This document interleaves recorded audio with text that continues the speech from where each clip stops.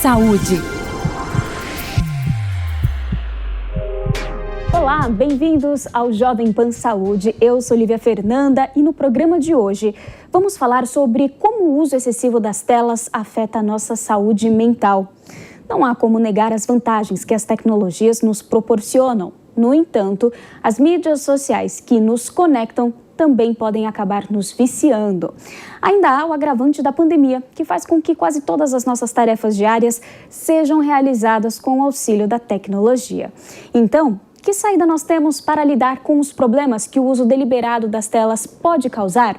Quem está com a gente hoje para nos explicar um pouco mais sobre o assunto é a psiquiatra doutora Camila Magalhães e também o especialista em conteúdo estratégico Pedro Valério Lopes. Sejam muito bem-vindos, doutora Camila. Obrigada pelo convite para falar desse tema super importante. Super importante e atual. E também, Pedro, seja muito bem-vindo. Muito obrigado. Vamos lá, conversar um pouquinho para tirar um pouco a ansiedade do pessoal pelas telas. Exatamente. Bom, eu vou começar endereçando a minha pergunta à doutora Camila. Doutora, o uso excessivo das redes sociais pode ter sido agravado pela pandemia, mas mesmo antes da crise, o cenário já era preocupante. Que fatores explicam o aumento progressivo do uso das redes sociais? Bem, você tem razão. A gente já vinha enfrentando um uso, uma tentativa de compreender um pouco o porquê do brasileiro fazer um uso excessivo de telas. Então, já tinham estudos pré-pandemia mostrando que, entre jovens especialmente, o uso de horas dia era muito superior do que o tempo para jovens de outros países, então quase 4 horas a mais por dia. O enfrentamento do brasileiro para a ansiedade e a depressão, que são bastante elevadas no nosso país, vinha sendo, vamos dizer, combatido ou remediado por um desligamento que as telas promovem para as pessoas, ou seja, você ficar ali naquela rolagem infinita, né, das mídias sociais, ou até mesmo para adolescentes nos games, ou adultos que procuram uma série de conteúdos para simplesmente não pensar, muitas vezes, estava sendo visto como uma certa forma de enfrentamento para as vivências de angústia.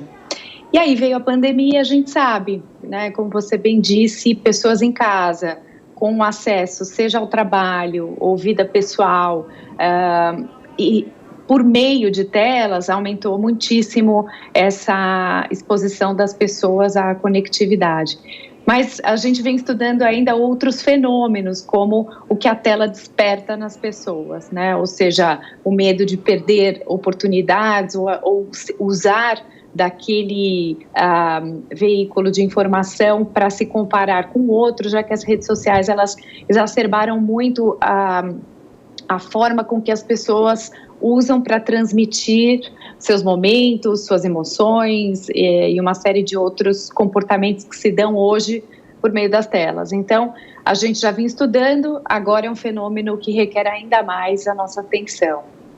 Pedro, eu quero destinar essa mesma pergunta a você, porque a pandemia quase que nos obrigou a ter esse celular em mãos e resolver as coisas virtualmente. Mas antes, isso já era uma tendência crescente. Que conteúdo é esse que tanto nos prende? Sim, eu trabalho muito com redes sociais, né, e na minha agência foi uma das responsáveis de trazer o TikTok e o Quai, que muita gente está vendo aí crescer muito no Brasil, exatamente porque o Brasil é o terceiro país de mais acesso às redes sociais. Ele fica sempre lutando ali nas primeiras posições de pessoas conectadas à internet e principalmente utilizando rede social, né, que rede social acontece, não é uma ferramenta e sim um lugar de atenção, de conteúdo, né? Como ela falou, você fica numa rolagem infinita e isso acaba gerando um aumento desse tempo de tela. A pandemia só acelerou processos que estavam em curso, né? Então o Brasil já estava aumentando o seu acesso. Por quê? As empresas, as pessoas, elas percebem tendências. E se a atenção está no celular, se a gente tem a tela na nossa mão e a atenção está direcionada ali, o dinheiro vai para onde a atenção está direcionada, né? Então, se a atenção antigamente estava direcionada exclusivamente na TV, era lá que as pessoas estavam pensando estratégias de manter a pessoa conectada, de manter retenção, de manter a atenção, né? Então, como hoje esse caminho de atenção migrou para o celular, porque é muito prático e você tem muita ferramenta ali que resolve o seu dia a dia, então acaba sendo um ecossistema que se retroalimenta. As empresas, os criadores de conteúdo, os influenciadores que criam conteúdo e precisam de audiência para ganhar dinheiro, eles acabam entendendo a ferramenta e criando coisas que são muito atraentes para o usuário do dia a dia, né? Para o usuário normal, o usuário que não é um influenciador ou que não é uma empresa. As empresas acabam também fazendo a mesma coisa. E a pandemia chegou obrigando ainda mais a que ferramentas fossem necessárias no digital para resolver problemas que antigamente bastava você sair de casa e fazer uma caminhada, ir para uma loja, né? Então, mais uma vez, o mercado, as empresas, as páginas de fofocas, de notícias, você vê, toda vez que tem uma Olimpíada, por exemplo, criam-se páginas dentro do Instagram, dentro das redes sociais, que vão dar notícias exclusivas daquele assunto. Por quê? Você tem toda a resolução de um novo problema que surgiu, né? Você saber das datas, saber das novidades, saber do que está acontecendo num país que a gente não tem tanto acesso, e você tem tudo ali direcionado numa única página, né? Então, eu acho que o mercado acaba se retroalimentando e dando muita ferramenta para o usuário normal ficar viciado na tela, porque onde está a atenção está o dinheiro. E esse é o objetivo das marcas e dos influenciadores. Pedro, você falou das Olimpíadas e também falou sobre a paixão dos brasileiros pelas redes sociais. Eu quero trazer aqui um exemplo bastante recente, tá? Na disputa pelo skate, né? Nós tivemos a Fadinha, que ganhou prata, e a japonesa, que também tem 13 anos. Eu esqueci agora o nome da japonesa, mas ela também tem essa idade, é uma criança que ganhou ouro. Só que nas redes sociais da japonesa, ela tem 133 mil seguidores. E a Raíssa está chegando já aos 6 milhões de seguidores e ela ganhou prata. O que acontece? É porque, de fato, os brasileiros são mais apaixonados pelo uso das redes sociais, são mais viciados?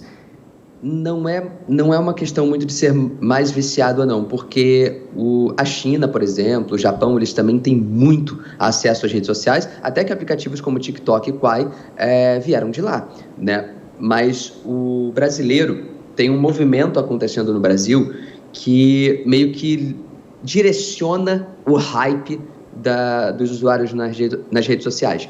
Um desses movimentos são as bancas digitais, que são as páginas de fofoca, as páginas de notícia. Você tem um conglomerado de páginas, né, com milhões e milhões de seguidores, que eles vivem de fazer cortes de notícias e muita gente acompanha esses perfis. Então, por exemplo, você tem a Fadinha ganhando uma medalha de prata. É uma coisa super diferente e muito legal de estar acontecendo. Então, todas essas páginas com milhões de seguidores fazem um corte dessa notícia, postam nos stories, marcam a Raíssa e todo mundo... E ali tem um outro diferencial, no caso da Raíssa, tá? O brasileiro, ele é muito engajado nas redes sociais e ele quer sempre fazer parte, né? Então, todo mundo que está assistindo as Olimpíadas quer fazer parte de que estava assistindo a Raíssa. Então, as pessoas fazem um post orgânico falando da Raíssa ganhando e que estava acompanhando aquilo. Então, isso acaba pulverizando o conteúdo massivamente no Brasil. Os outros países não têm tanto esse hábito de transformar os seus próprios perfis num canal completo de entretenimento, de notícias. Você vê até pessoas que não são marcas, não são influenciadores, elas tendem a compartilhar muito, compartilhar informação, compartilhar conhecimento, compartilhar dicas, hacks, né? Porque todo mundo tem quase que uma busca por crescer a audiência, mesmo não sendo influenciador. Em outros países, isso não é tão forte. Em outros países, as pessoas, às vezes, têm até o perfil privado e utilizam rede social de uma forma pessoal mesmo. No Brasil, já tem todo um avanço no digital de, olha, rede social é uma forma de ganhar dinheiro, então vamos todos tentar crescer na rede social e acaba tendo esse movimento. Agora, doutora, como que o uso contínuo de smartphones e mídias sociais afeta a nossa saúde mental? Eu estava ouvindo vocês falando e, na verdade, isso me soa com bastante preocupação, porque eu acho que toda a informação e a tecnologia, obviamente, ela traz um ganho tremendo. As pessoas conseguem seguir uma série de pessoas que antes elas não tinham acesso, assistir conteúdos, aulas, discussões. É inegável o ganho que você tem quando você consegue selecionar aquilo que você quer ver, mas o prejuízo de achar que através das redes sociais você precisa ser aceito ou você precisa ser alguém que quer, por exemplo, pertencer, ou alguém que difunde uma informação ou quer ganhar seguidores, isso, do ponto de vista da saúde mental, é bastante preocupante. Eu vejo até adultos investindo nos jovens, né, filhos, adolescentes, tal, para que eles tenham um conteúdo mais profissional, e nada contra. Eu vejo, de novo, eu acho que as redes sociais elas podem ter uma série de ganhos. Entretanto, isso me soa como uma certa carência do brasileiro. Na pandemia, por exemplo, 3 comportamentos aumentaram como forma das pessoas lidarem com o estresse ou com todo o sofrimento e angústia que a pandemia trouxe, que foi o aumento do uso do álcool, o aumento do uso das telas e o aumento do uso de alimentos. Então, as pessoas ganharam bastante peso, ganharam muitas horas nas redes sociais e a quantidade de álcool consumido também foi muito grande no Brasil. Então, isso me chama a atenção não somente para as telas serem um comportamento aditivo das pessoas como forma de busca de sensações ou de emoções, mas mais como uma forma distorcida de se sentir parte importante ou de que está tudo bem na vida dela. Acho que isso traz muita angústia. Então, do ponto de vista da saúde mental, você usar muito das telas como forma de você encontrar um conforto, vamos dizer assim, não tem sido muito a realidade. As pessoas acabam ficando muito ali para realmente tentar, naquele veículo, encontrar um pouco mais de expressão, né, de aceitação.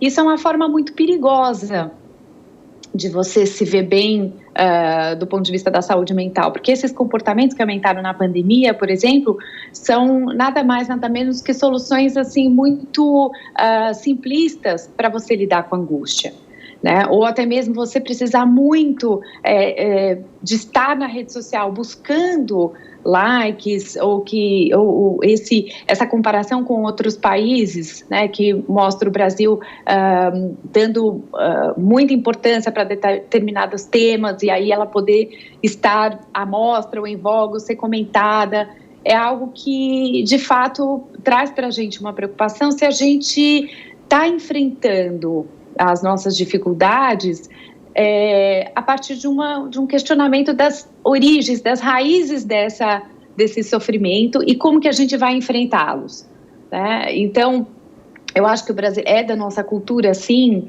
não irmos muito a fundo, muitas vezes, nas questões que a gente tem pessoais ou familiares e tal. Isso já é bastante estudado. Quando a gente viu que, num estudo que foi feito pelo Núcleo de Epidemiologia Psiquiátrica da USP, que o Brasil estava entre os países com maior taxa de ansiedade no mundo, a nossa discussão estava sendo não somente do ponto de vista da saúde mental, mas compreendendo como é a vida do brasileiro e como ele faz para enfrentar diferentes situações que trazem sofrimento para ele de uma maneira mais estruturada, né? Então, o que a gente percebia por exemplo, o consumo abusivo do álcool, ele também no brasileiro está entre os países, mas como o brasileiro bebe.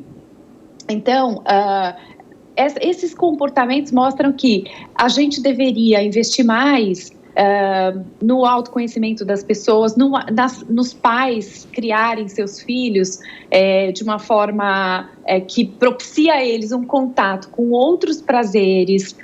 Por exemplo, a leitura, que está diminuindo muito em alguns estratos etários, é algo que a gente precisa realmente incutir nas famílias, o diálogo, momentos sem uso dos celulares, por exemplo, as refeições, e os pais não têm sido exemplo para isso na maior parte do tempo. Os pais têm estado em uso dessas redes no momento em que eles querem relaxar, em que eles querem ter um tempo para si, e muitas vezes eles estão ali aumentando uma roda viva muito grande em relação a esse uso e o que ele está me trazendo. Muitas vezes as pessoas estão perdendo um tempo danado para conteúdos que não trazem absolutamente nada, né? Nenhum crescimento, nenhum aprofundamento. Então, outras formas de lazer, outras formas de autoconhecimento, outras formas de raciocínio para lidar com o estresse são importantes. E também entender um pouco que todo esse contexto do brasileiro, se ele está indo mais e mais para as redes sociais, provavelmente não está havendo uma discussão de base para o que leva a gente a estar numa condição tão distinta, né, como nação, com tantas desigualdades, com tanta dificuldade de viver nas cidades. Então, eu provoco um pouco a gente a pensar o que faz com que a gente gaste tanto tempo com isso e não se aprofunde nas nossas questões centrais, né? Senão a gente vai usar as redes ou o comer excessivo, ou, por exemplo, como eu falei, o beber excessivo como formas de enfrentamento, mas, na verdade, elas não trazem nenhuma crítica sobre os reais problemas que cada um tem. Então, eu penso que esse é um alerta para que a gente pense um pouquinho mais sobre a nossa saúde mental, porque, certamente, se a gente investir isso nos jovens, nos adolescentes, se a gente não ficar atento, né, a gente vai ter uma geração em que, como a gente tem visto, as pessoas uma família vai a um restaurante ou um encontro familiar e está cada um na sua tela. Isso não pode ser saudável. Doutora, e que tipo de pessoas nós estamos construindo para o mundo real? Porque nas redes sociais nós vemos recortes da vida das pessoas, de nós mesmos. Então, quando a gente tem que lidar com as nossas próprias frustrações, as nossas relações interpessoais, na família, relacionamentos, no trabalho, como que nós estamos constituindo a nossa própria sociedade para lidar com esse mundo real? Eu acho que a gente precisa buscar um equilíbrio, né? Eu penso que a tecnologia, ela, por exemplo, durante a pandemia, ela permitiu que as crianças, os adolescentes, ou as pessoas trabalhassem, estudassem, né? Então, nós percebemos que muito do que nós fazemos é possível através da tecnologia, e ela tem o seu valor. Mas que pessoas nós estaríamos criando se a gente colocar um modelo único em que ela faz tudo do seu celular ou dentro de casa? Né? Porque se eu não tiver essa preocupação para o equilíbrio, para que o nosso dia ele precisa estar equilibrado entre o momento que eu estou comendo, eu tenho de estar atenta àquilo e não comendo ao mesmo tempo que eu vejo mensagens, o momento que eu tenho para trocar com as pessoas, para conversar, para conhecer opiniões, para dar a escuta ao outro, porque realmente a rede social ou essa forma de comunicação que a gente tem tido nos tempos modernos, ela é uma comunicação muito breve, né? E, por exemplo, quando você vai fazer a leitura de um livro, você está divagando, você muitas vezes tem as pausas que você dá, que você tem que voltar, porque aquilo propicia um momento teu de íntimo para você entrar em contato com as suas emoções, a análise dos nossos desejos, né? Ou você olhar um pouquinho, puxa, eu estou tão conectado, eu acho que eu preciso dar um tempo para... Não precisa ser muito, às vezes as pessoas pensam que essa questão com os filhos, por exemplo, eu não consigo passar horas e horas ou o dia todo me dedicando. A questão não é essa, mas é aquilo que você faz e aquele tempo que você dá para amigos, para o convívio, para vivenciar a família, ele precisa realmente ser um tempo em que você está ali. Né? E não que você está com pouco tempo para viver as situações reais da vida e com muito tempo para ficar se perdendo ali, olhando para o que chama a atenção na vida do outro e tudo mais. Então, eu penso que para a gente dar esse tempo para para a vida real, é preciso a gente redimensionar a nossa rotina, né? Que tempo eu estou tendo para o meu autocuidado? O que eu faço para mim? O que eu gosto de fazer? O que está me trazendo frustração? Qual o tempo que eu tenho tido para os meus amigos, enfim, para não fazer nada, ou para eu aprender algo novo? Enfim, as pessoas têm que tomar cuidado, senão cada vez menos elas vão destinar um período da sua vida ali para ela fazer algo que realmente dá muito prazer, mas que não está ali ao alcance da mão. Né? Então, eu acho que esse é um alerta que a gente precisa ter do ponto de vista da saúde mental. Sim. É importante a gente dar atenção para aquilo que não está tão à mão. Inclusive, tem estudos mostrando que na hora que você vai dormir, tem que deixar o celular fora do quarto, aquelas 2 a 3 horas antes de dormir, não está acessando, para você abrir momentos do dia em que aquilo não está disponível, senão a sua cabeça ela fica, inclusive, pensando em algum conteúdo que você gostaria de ver ou acabou de ver. Uma outra coisa é que as pessoas, no passado, elas acordavam, espreguiçavam, lembravam dos seus sonhos, que também são elaborações. Hoje ela pega o celular e já olha se tem alguma mensagem, se ela tem que fazer alguma coisa. Exatamente. Então, toma cuidado com isso. Exatamente. Pedro, agora você que trabalha no mercado de conteúdo, de tecnologia, eu quero te fazer 2 perguntas. A primeira, focada no nosso público mais jovem, as crianças, adolescentes. Como que a gente pode, então, talvez ponderar ou controlar o conteúdo que essas pessoas, essa faixa etária consome? Porque um dia elas serão adultas.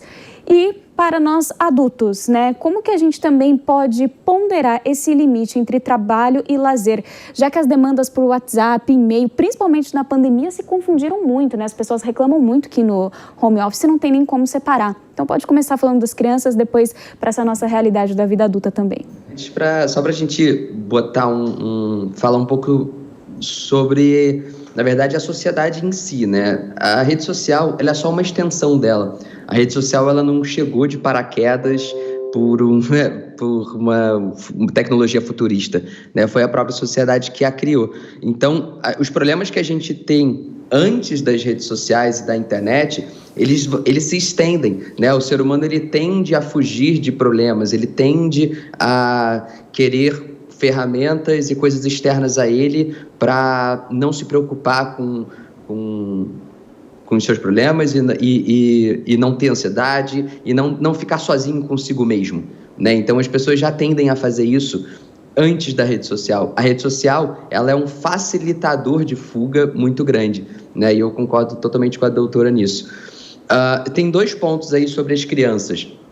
Um criança está sob a tutela de pais. Então, o primeiro ponto de controle tem que vir dos pais, né? A gente não pode esperar que o mundo vá dar ferramentas de controle aos nossos filhos para que eles assistam um conteúdo certo ou passem um tempo certo nas redes sociais. A primeira coisa vem da família, vem de dentro de casa, não tem como ser de outra forma. Até porque cada família tem suas regras, tem os seus pensamentos, tem os seus valores, tem a sua construção familiar. Então, é importante que a rede social ela não seja um ponto assim de como é uma coisa tudo bem, aceita que todo mundo usa, então é de livre acesso o tempo todo, né? Eu trabalho com redes sociais o tempo inteiro, né?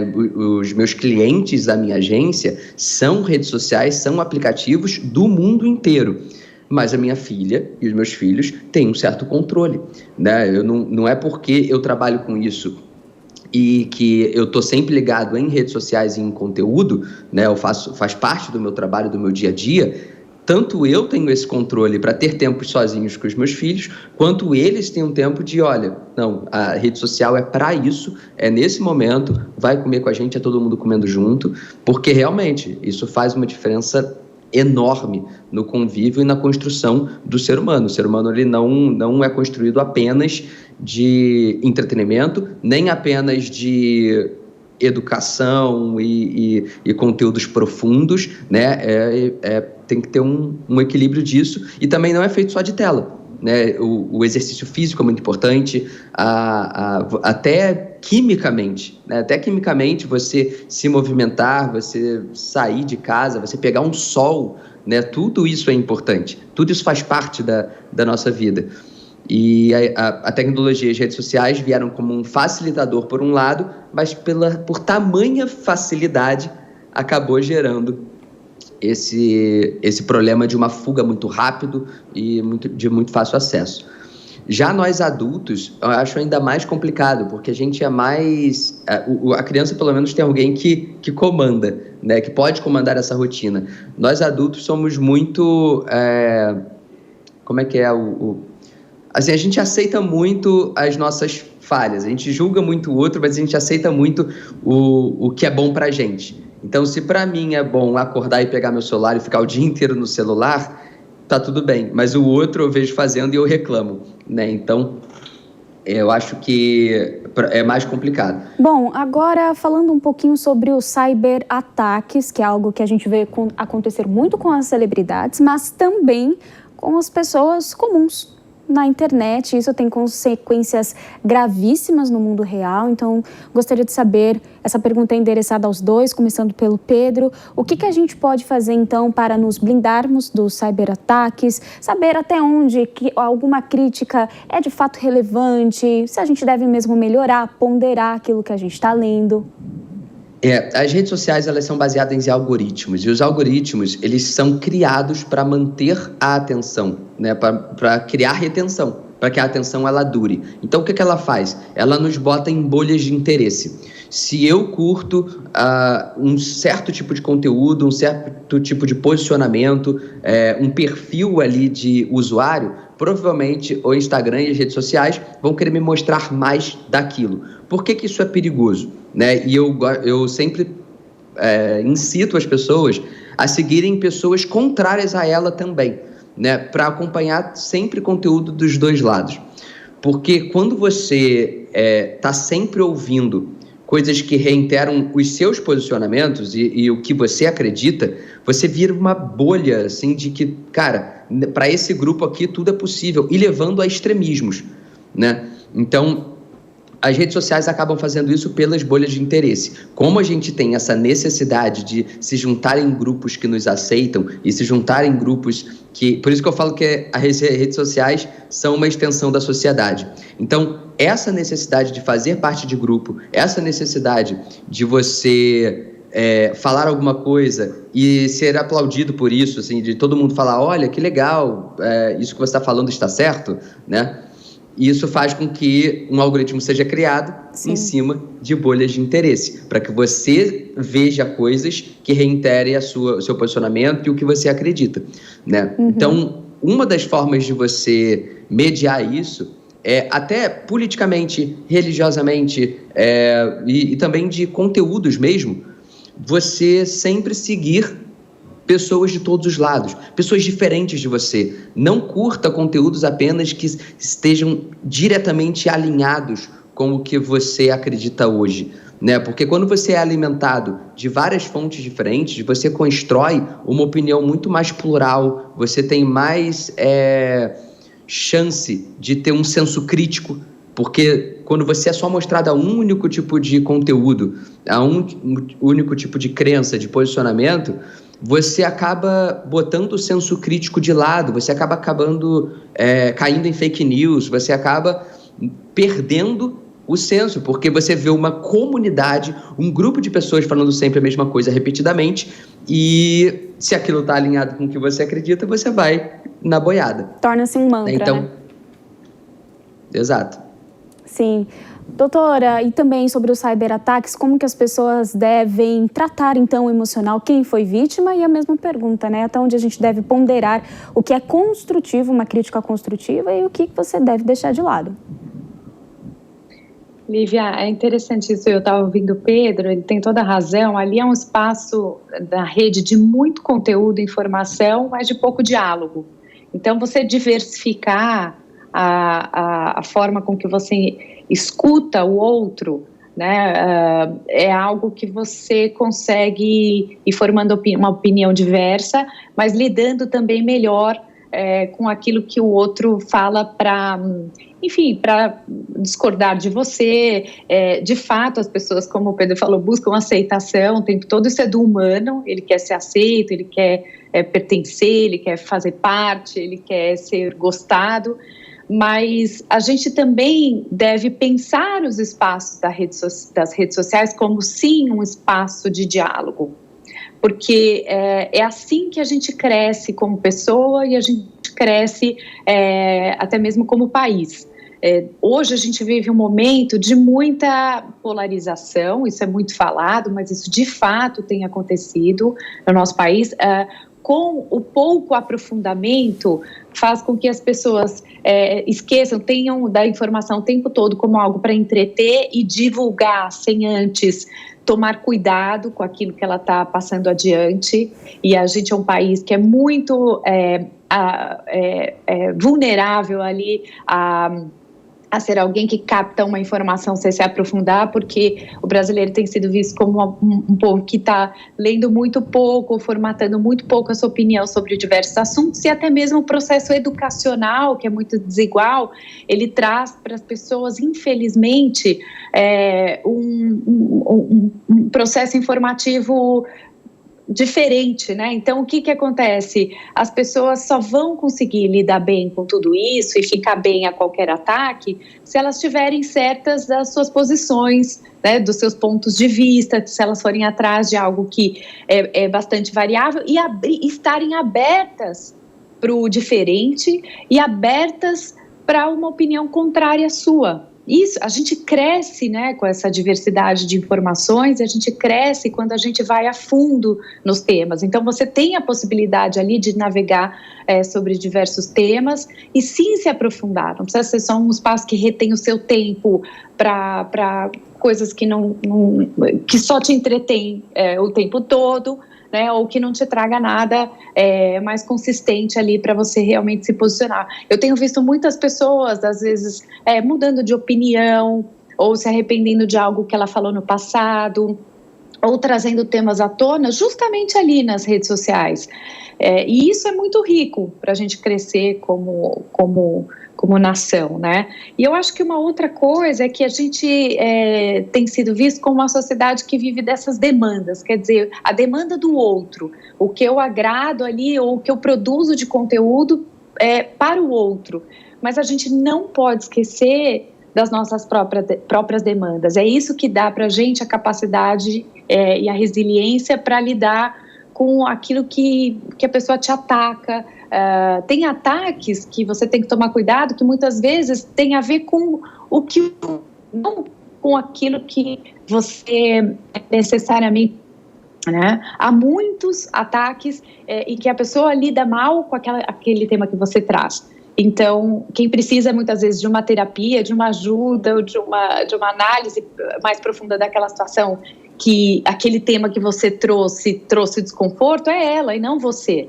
Então, a rede social, ele é esse mar, né, de possibilidades emocionais e de troca e também de entretenimento, mas ao mesmo tempo as pessoas precisam trabalhar a sua firmeza perante as frustrações da vida, as frustrações das opiniões diversas. Isso faz parte da vida, né? Só que enalteceu um pouco mais ali, porque ali alguém que discorde de você, ela vai ter uma audiência muito grande, né? Ou até mesmo quando ela consegue se sentir alguém quando ela faz um ataque, porque uma série de pessoas vão ali e se contrapõem ou até mesmo a apoiam naquela posição em que ela se coloca. Mas uma coisa eu digo, é possível discordar sem perder a elegância. Exatamente. Então eu acho que as pessoas precisam tomar esse cuidado. A gente pode discordar, mas vamos manter uma postura humana e capaz de aceitar a diferença para que a gente possa trocar e crescer com isso. Sem baixar o nível, sem levar as agressões. Bom, gostaria de agradecer a participação dos nossos especialistas, a psiquiatra doutora Camila Magalhães. Doutora, muito obrigada, viu, pela participação. Obrigada. E também o especialista em conteúdo estratégico Pedro Valério Lopes. Obrigada. De nada, sempre que precisarem a gente está por aqui. Estaremos. Bom, o Jovem Pan Saúde fica por aqui e agradeço também a sua companhia de sempre. Espero que tenha gostado do conteúdo do nosso programa de hoje. Se você quiser rever essa e outras entrevistas, acesse o canal Jovem Pan Saúde e também o aplicativo da Panflix para Android e iOS. Até mais, um grande abraço. Saúde.